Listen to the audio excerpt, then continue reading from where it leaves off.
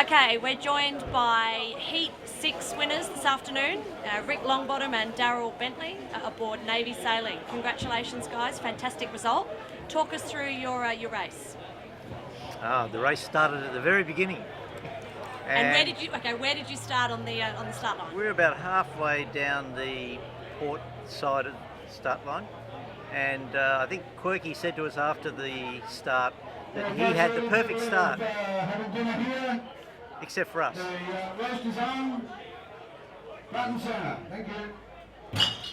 Quirky said we ruined his perfect start, which means I guess we got the perfect start, and I think there are a few other disappointed players just around us.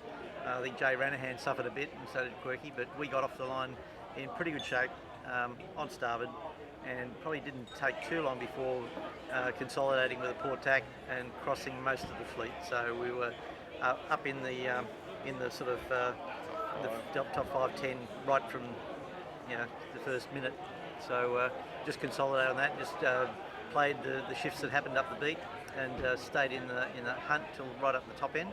I think James Berman was going particularly fast, and he managed to get quite a good shift up the weather end and cleared by, must have been 80 metres or so. So he was off and running down the reach. We had a pack of about 3 or 4 we were with, and after that gradually hunted down James, got control of the people around us, and then it became us and the Bermans, I think, for much of that race. So at what point did you take the lead? Well, we were in the lead probably halfway through the race, and but James got back in front on the last triangle. Wind went quite light on the 2 reaches.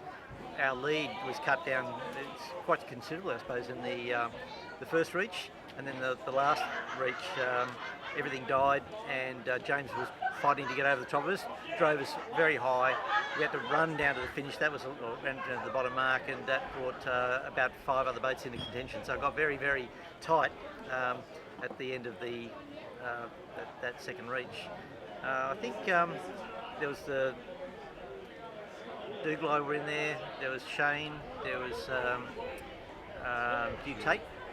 And then it became about a 5-way battle. We were all within about a boat length, so it was the race started again. Good close racing. Good, very, very close racing. We managed to get hold of control of the guys on the left, and then managed to grind away on James. And I think we did we probably consolidated on yesterday's award-winning tack of the day, and did another one, which was absolutely stellar, right under James Berman. Pinged a wave, got right underneath him, and then gassed him, forced him away. Then controlled the guys on the left, and then it was sort of, it wasn't home and hose from that point, but it got us back in control. So then it was it's nerve-wracking last beat, plenty of breeze, not too many holes, but lots of shifts up to the finishing line. Yeah, well done. It's a fantastic result. How did you fare in the previous 2 races? Best we don't talk about those. Okay, fair enough. Are the conditions here at Busselton what you expected? Today was what we were anticipating. The things that we've had for the last couple of races, not quite. Although we did have a look at the weather patterns and said, well, it's probably quite understandable why it does what it does here. It's often no sea breeze, or a separate sea breeze operating here, a little nor'wester, and that was different to what we anticipated.